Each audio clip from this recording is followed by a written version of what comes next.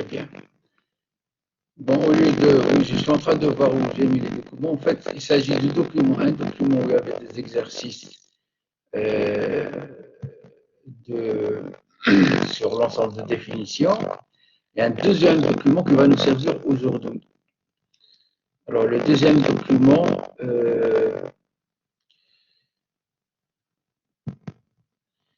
c'est un document sur les opérations de limite et aussi la notion de continuité. Donc là, je vois comment on peut.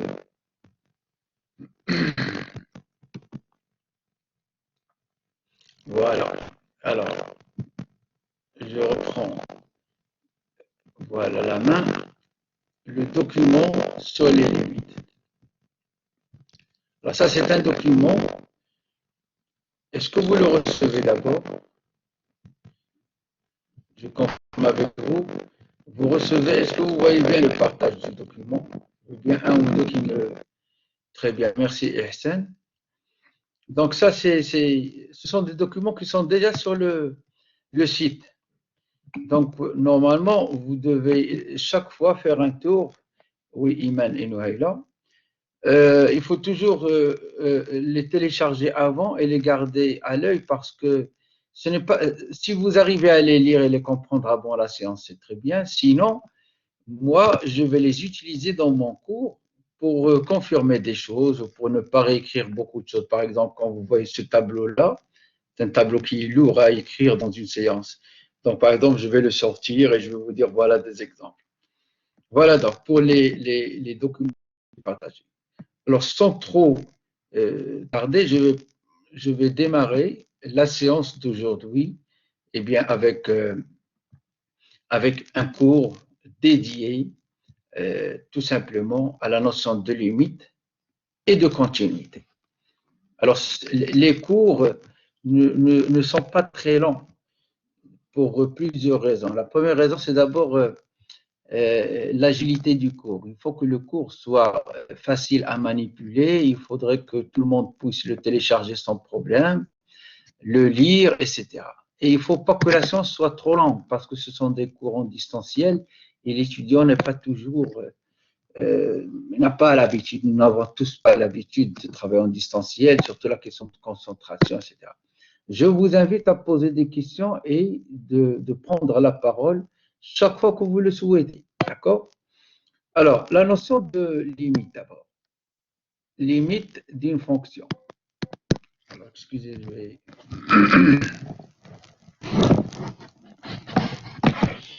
Limite d'une fonction f.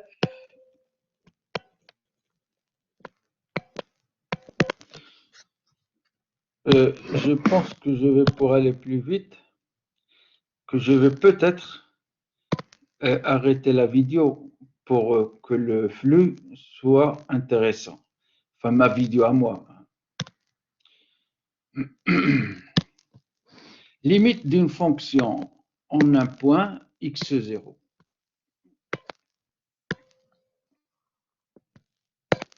Est-ce que vous recevez le tableau? Vous arrivez à lire? Tout se passe bien?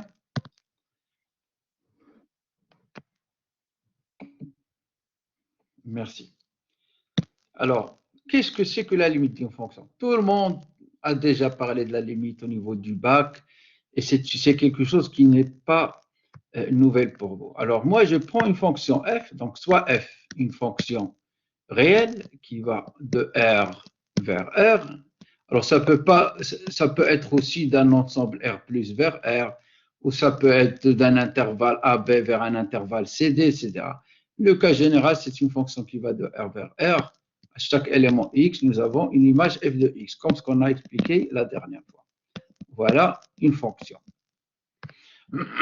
Alors, avant de parler de la limite, je ne sais pas, bien sûr que vous le savez, mais je ne sais pas si vous vous rappelez comment on peut représenter le graphe d'une fonction. Alors, en quelques secondes, graphe de f, on appelle aussi la courbe de f, courbe de f, c'est en fait, c'est l'équivalent de ce que je viens de faire ici. C'est la même chose. Sauf que l'ensemble de départ,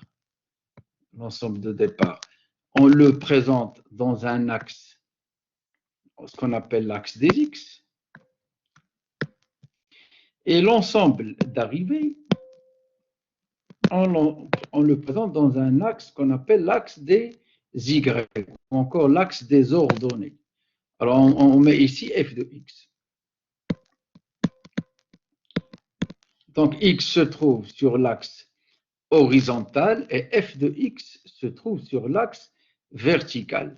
Alors, qu'est-ce qui se passe pour chaque point x qui est dans le départ, donc par exemple un nombre x ici, on lui associe une image f de x, qui est bien sûr de l'autre côté. Voilà f de x. Alors, pour dire que x et f de x sont associés ensemble, on peut dire qu'ils forment un couple qui, sur l'axe, sur la représentation géographique, on appelle un point. Et comment on obtient ce point? Eh bien, on va mettre les pointillés, comme vous le savez, là et là. Et voilà mon point qui s'appelle, qui n'a pas de nom. Mais en fait, on fait un point pour dire c'est le couple x de x. On n'est pas obligé d'ailleurs de l'écrire.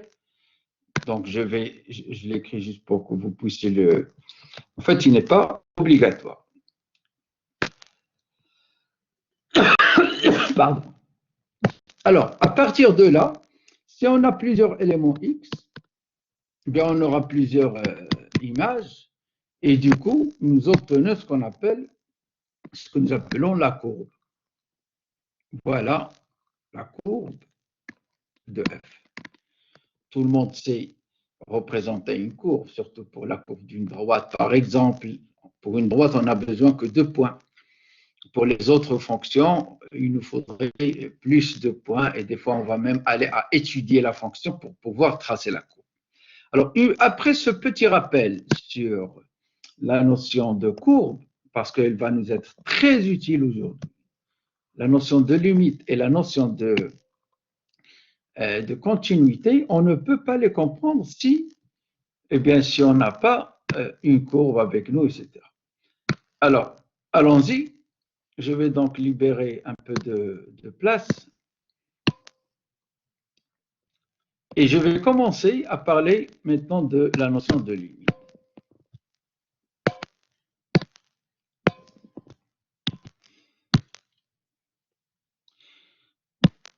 Alors, limite de f en x0.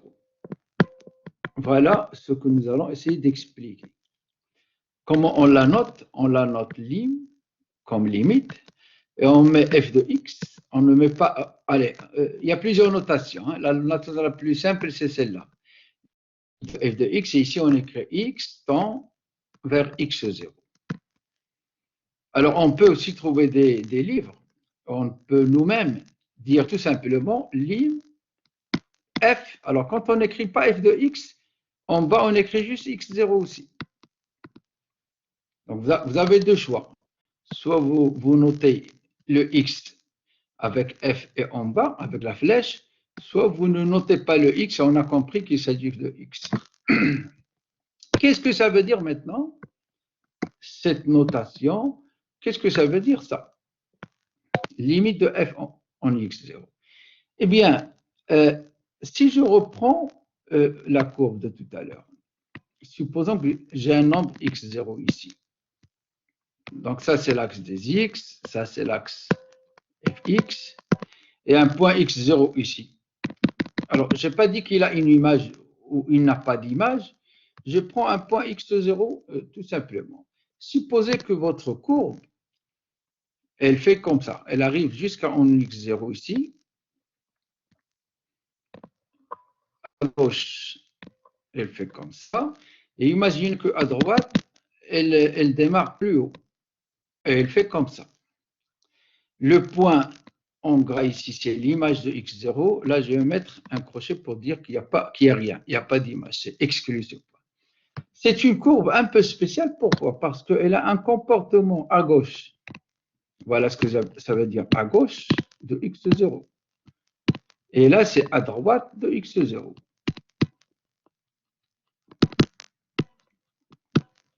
Donc, vous voyez bien qu'on peut toujours faire une sorte de frontière pour dire à gauche et à droite de x0. Qu'est-ce qui se passe à gauche de x0?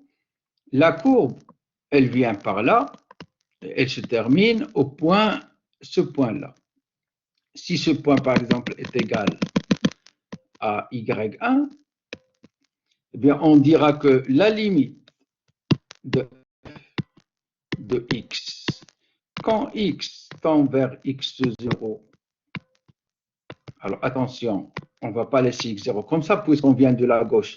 On va dire x0 gauche, on dit aussi x inférieur à x0. Donc, c'est ça ce que ça veut dire limite gauche. Eh bien, on va dire elle est égale à y1. y1 parce qu'on a dit c'est le point noir ici. Si ce point crochet, maintenant le deuxième, est égal à y2, ben on va écrire la même chose à droite, mais avec une limite à droite, c'est-à-dire limite de f de x. Quand x tend vers toujours x0, mais en venant de la droite. Donc, je suis supérieur x, alors, est supérieur à x0. Eh bien, on dira que c'est égal à y2. Donc, comme vous le constatez, cette courbe très intéressante parce qu'elle permet bien d'expliquer la notion de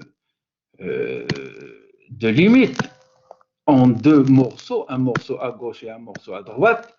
Eh bien, elle nous permet de voir que la notion de limite, c'est aussi une histoire de venir soit de la gauche, soit de la droite. Et ben, on va voir après que si jamais le fait de venir de gauche ou de droite, ça donne le même résultat, à ce moment-là, on ne parlera plus de gauche ou de droite. On dira la limite de f quand on va vers x0, sans spécifier est-ce qu'on vient de la gauche ou de la droite. Donc, j'ai commencé par expliquer ça, ce que j'ai appelé limite gauche, et ça, la limite droite.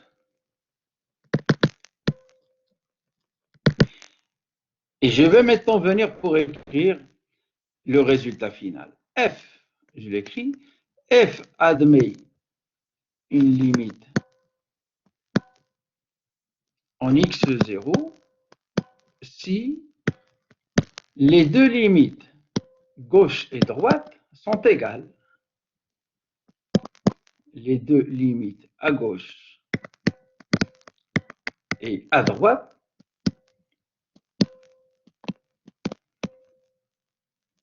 sont égales. Sont égales. Voilà. Donc, dans le cas, par exemple, où on cherche la limite à gauche et la limite à droite, et on les compare et on regarde qu'est-ce que ça donne.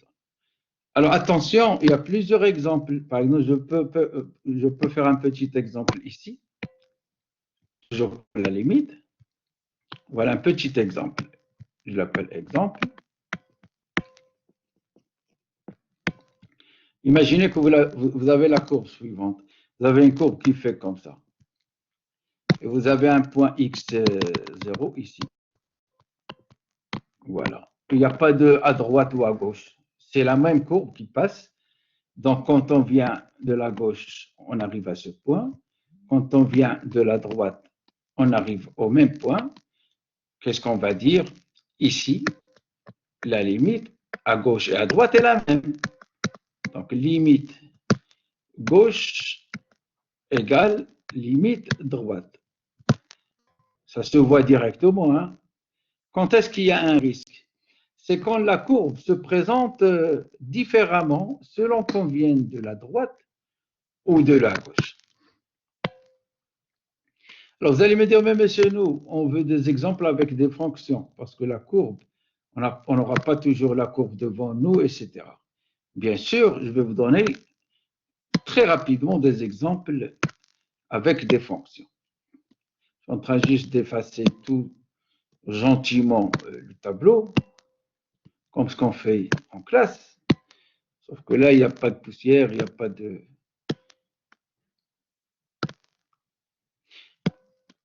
J'espère que vous recevez toujours le signal, que tout se passe bien, que vous recevez ma voix. Alors, un autre exemple ici. Exemple 2. Je vous donne une fonction f de x égale... Allez, on va prendre une fonction qui est définie avec, par exemple, 2x plus 1 quand x est supérieur à 0 ou égal, et 4x carré, excusez-moi, là, oui, 4x carré, c'est x est négatif strictement.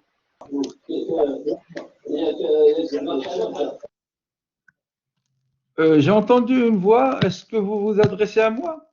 C'est qui? Ou c'était juste un problème de micro? Vous pouvez parler, hein, si c'est en lien avec le cours. Alors, je reprends mon tableau pour reprendre l'exercice. Regardez cette fonction ici.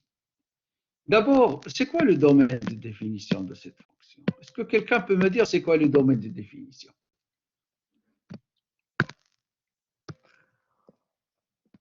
Est-ce qu'il y a quelqu'un qui veut répondre? C'est d de f est égal R, car fonction polynôme. Alors, c'est qui? Tu peux me dire ton prénom? Sharafdin Haroun. Sharafdin, sabah al-khair, Sharafdin. C'est une bonne réponse. Oui, on peut dire. Alors, attention, Sharafdin, tu ne peux pas dire que c'est une fonction polynôme. Parce qu'elle contient deux parties. Alors qu'une fonction polynôme, c'est une seule formule. Là où tu as raison, ça c'est un polynôme, ça aussi c'est un polynôme, mais ça c'est ce qu'on appelle une fonction définie en morceaux. C'est-à-dire, pour x positif, elle a une formule et pour x négatif, c'est une formule. Mais ta réponse, en tout cas, le domaine de définition, c'est R. Pourquoi? Parce que, regardez, les négatifs, ils sont définis, les positifs sont définis et les zéros sont définis.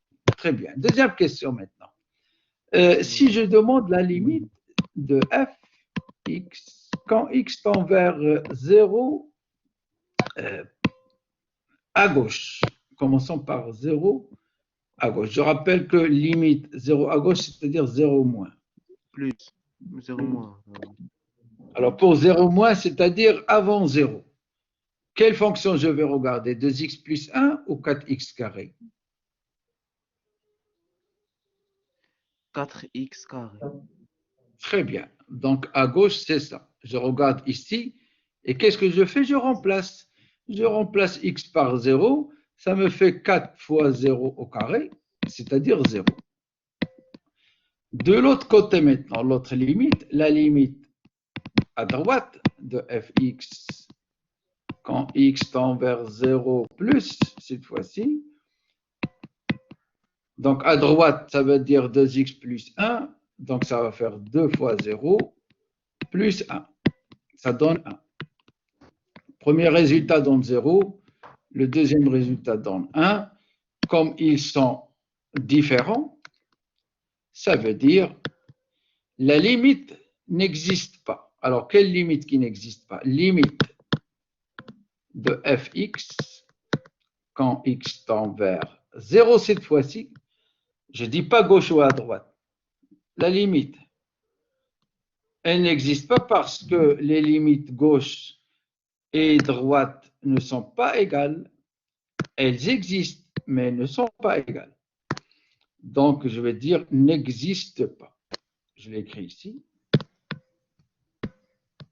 N'existe pas. Donc, une limite, elle peut exister ou pas.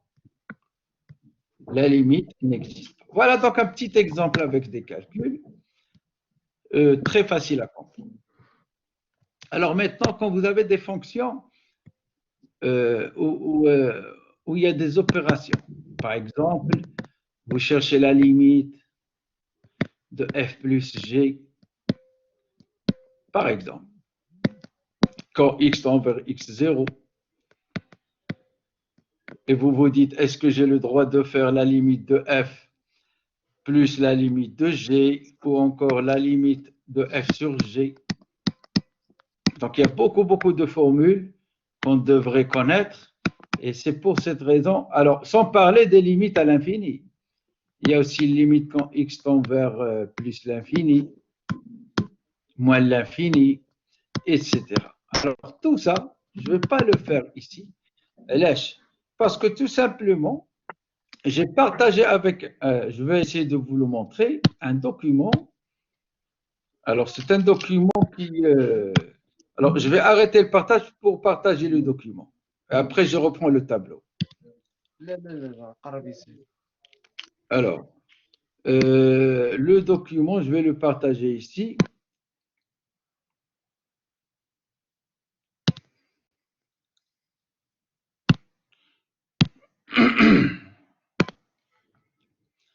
Alors,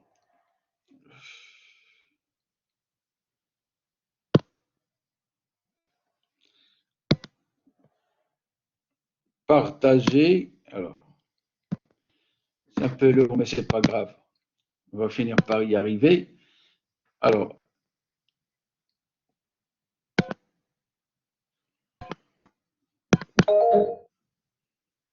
bon, j'arrive pas à le partager.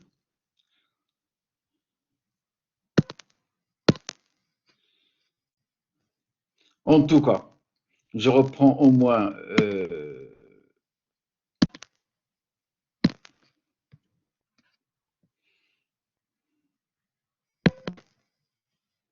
alors j'attends qu'il charge un peu le justement. C'est une question aussi de vitesse de connexion et tout le reste.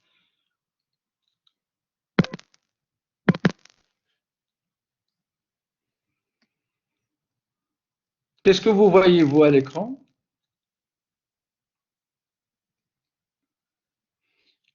Est-ce que j'ai partagé quelque chose ou pas? Est-ce que vous me recevez? Allô?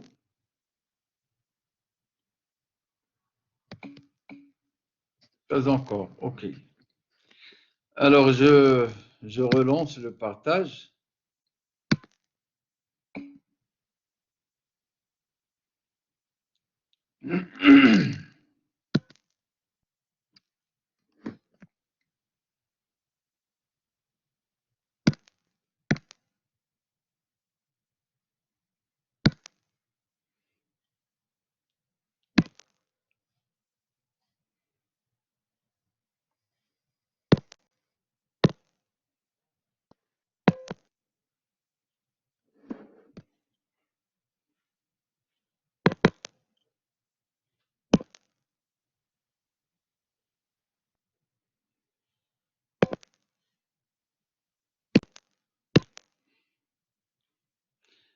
Alors, est-ce que vous recevez le partage de... Pas très... Est-ce que vous recevez le tableau?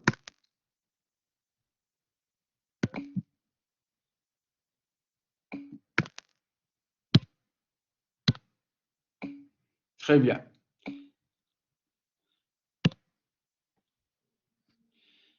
Alors, le document donc, qui contient, je n'arrive pas à le charger, je ne sais pas pourquoi, mais c'est un document qui contient, comme ce que j'ai dit tout à l'heure, beaucoup de formules sur, par exemple, quand on a les formes indéterminées, l'infini sur l'infini, ou encore 0 fois l'infini, sont des formes donc, que tout le monde connaît. 0 puissance 0, c'est des formes indéterminées. Il y en a d'autres, bien sûr, plus l'infini, moins l'infini. Tout ça, c'est des formes indéterminées. Et alors, il y a des règles qui vous rappellent comment on peut lever l'indétermination, c'est-à-dire éviter que le calcul soit bloqué. D'accord? Donc, je vous invite à voir le document que j'ai envoyé parce qu'il contient beaucoup de règles. Dans ces séances de cours, je m'arrête beaucoup sur si vous voulez, sur le volet explication du cours et surtout, le, comment dirais-je, l'interprétation graphique, très importante, de la notion du cours. Je rappelle avec des petits exemples très simples comment et de quoi il s'agit, que ce soit la limite, on va le voir pour les dérivés, etc. Mais après, je vous renvoie sur les documents que je partage avec vous. Pourquoi? Parce qu'il y a d'autres qui sont plus détaillés, vous allez trouver peut-être des exercices à faire ou encore les tableaux de formules qui sont lourds à gérer ici. Alors, ce que je vous propose, je vais arrêter cette première présentation, comme ça le cours, la séance ne soit pas très longue, et on se retrouve dans 2 minutes pour la deuxième partie du cours. Donc, rendez-vous dans 2 minutes pour voir la continuité.